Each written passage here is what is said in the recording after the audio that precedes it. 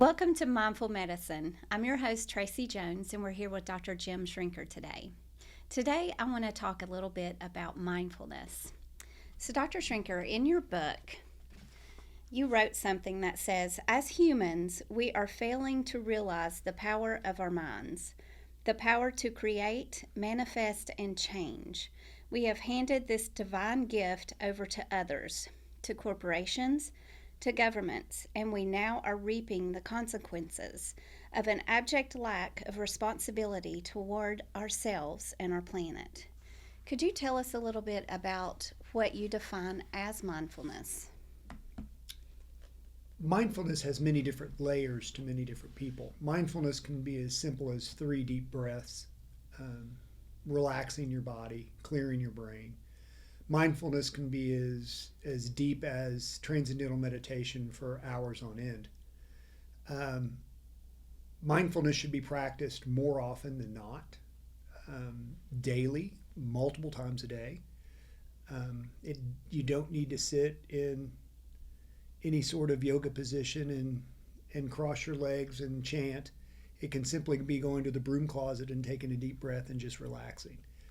It is literally just clearing your mind and allowing it to open up to the possibilities that are around you. Okay. Well, let's talk about mindfulness in medicine. So, one thing that you have said is what you think is going to happen will happen. So, how does that play into our health? So that's a difficult balance in medicine, because when the door shuts and you're with the patient, you have to talk about the cancer. You have to talk whether it's spread, whether treatment is working. You have to talk about the diabetes. But in one sense, you don't want to speak it into existence. You might happen to be learning from diabetes, but you don't have to be a diabetic, right? You might be learning from cancer, but the cancer is not who you are. So one of the words that we use, and words are very, very important to choose the right word. One of the words we use is learning. I'm learning from a disease. If we look at a Christian Judeo mindset, God is everywhere. If God is everywhere, then isn't God inside that cancer? If God's inside the cancer, if God is the cancer, then how can the cancer be evil or bad or be a punishment? So what is it there? It's there to teach you. What is diabetes there? It's there to teach you. And that's where mindful medicine comes in. In a very rudimentary way, we try to link a disease process with a thought process. We try to link a disease process with a chakra, and that chakra allows us to understand what kind of energy and what kind of healing potentials are there. So the mindfulness in medicine is being aware that this affliction that you have is a lesson, and it's there to teach you something. Learn from the lesson, and the affliction has a better chance of going away, or at least going into remission. So the mindfulness that we practice is identifying the issue, speaking plainly about it, but then coming up with a plan that is going to work, that is hopefully more holistic and more natural than what conventional medicine has planned for them. Okay. So, if I am struggling with a disease, I think what you're saying as well is the way I start my day, even first thing in the morning when I get out of bed. Right. It is important. How am I going to face that day? What am I going to look at my day as a positive day? Or Right. am I going to be like, man, this is just going to be a really crappy day, and then you have a crappy day? Or, you know what? I've got this. This is going to be a good day. And then as I start my day, I start making different choices and Right. different choices. I assume that's kind of the same way as far as what kind of foods I'm going to put in Absolutely. my body based off of The, what I'm facing. the thoughts are the primary thing that generate the day. Fibromyalgia. How many people wake up and do the old inventory, move my toes, move my ankles, move my knees, what's hurting today? How bad of a day is this going to be? How many people wake up expecting the day to be bad, just wondering how bad it's going to be? Versus waking up and the first thought you have is thank you, thankfulness. How can I be the best human being that I can be today? How can I learn what I need, what my body is trying to teach me today, what other people are trying to teach me today. How can I open up to the possibilities of healing? And just by changing that thought process on a daily basis, you can change the disease process over a lifetime. So instead of waking up with expecting to hurt, wake up and expect not to hurt. And then if you happen to hurt, we'll deal with it. So trying to give your body that mindfulness of, hey, I can heal, or hey, I am better. Sometimes I tell patients that you just got to lie. You just got to say, man, I'm doing great. This is a good day. I'm doing fine. Because if you perpetuate pain and if you perpetuate depression, everybody's going to feed it back to you. Like, oh, how are you? Oh, how are you doing today? How's your back feel? Gosh, are you feeling any better today? So one of the things you hear with people with cancer is they don't want anybody to know because they don't want to be constantly reminded of it. They want to do this in private. They're trying to fight it, and everybody else is trying to enable them to be sick. Right. So, illness is a private thing, and people are not used to other people trying to heal their disease process. And changing that mindset, being mindful, approaching that day in a positive, fabulous, wonderful way, even if it isn't fabulous and wonderful, is going to change it.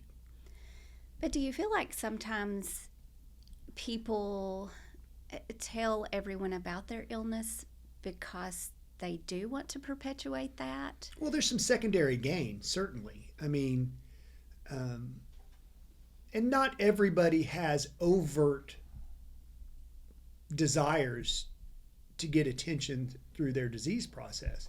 But you have to understand that when you talk to another human being that loves you, they're going to empathize and they're going to sympathize. Grandma can't walk real well, so I'm going to wait on her hand and foot.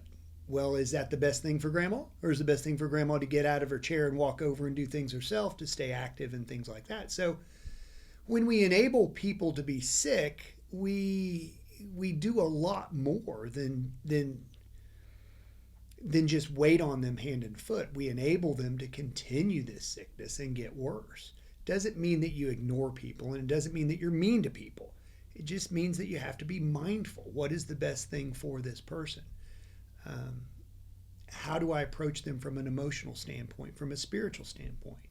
You want to let people have the floor in order to tell them about themselves, but do you want to let them ramble on for 5 minutes on how sick they are? It's an art. It's a challenge.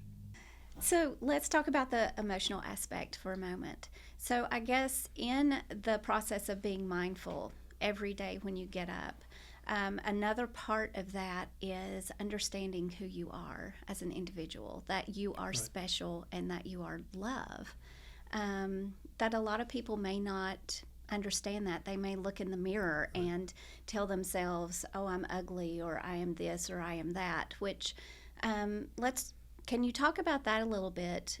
Does that also play into how they feel physically and how to turn that around? Yes, self-talk is so important, and self-talk can be positive or negative. Negative self-talk gets you nowhere. I'm fat, I'm ugly, my nose is too big, You got to understand that you, regardless of who you are an extension of creative energy. And being an extension of that creative energy, you are divine at some level. You are absolutely loved at some level. When we get to the human level, not so much. So that mindfulness, that first 2 or 3 minutes of the day, the last 2 or 3 minutes of the day, that's where you really got to pull things together and form those loving, warm thoughts of yourself. The first thing of the day, if you're starting that off negative, then you're imprinting that whole day with that negativity. And if you finish your day with the negativity, then you're sleeping on that all night. So those are the most important things, kind of like a ball game, the first 2 minutes of the first half and the first 2 minutes of the second half. Those are the important times. So trying to stay positive in those moments will really perpetuate more of a positive day that you have. Okay. So it sounds like mindfulness is definitely a huge foundation. Oh, for everybody, in anything you do, in the business world, in the medicine world, and everything. I mean, the U.S. Olympians go through training on mindfulness.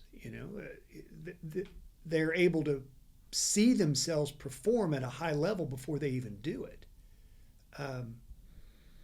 Business people, successful business people, they act as if they've already made the deal. They don't hope that they close this deal. They know they've already made it, and now this is just a formality. So if you look at the habits of highly successful people, it's that power of positive thinking. That's mindfulness.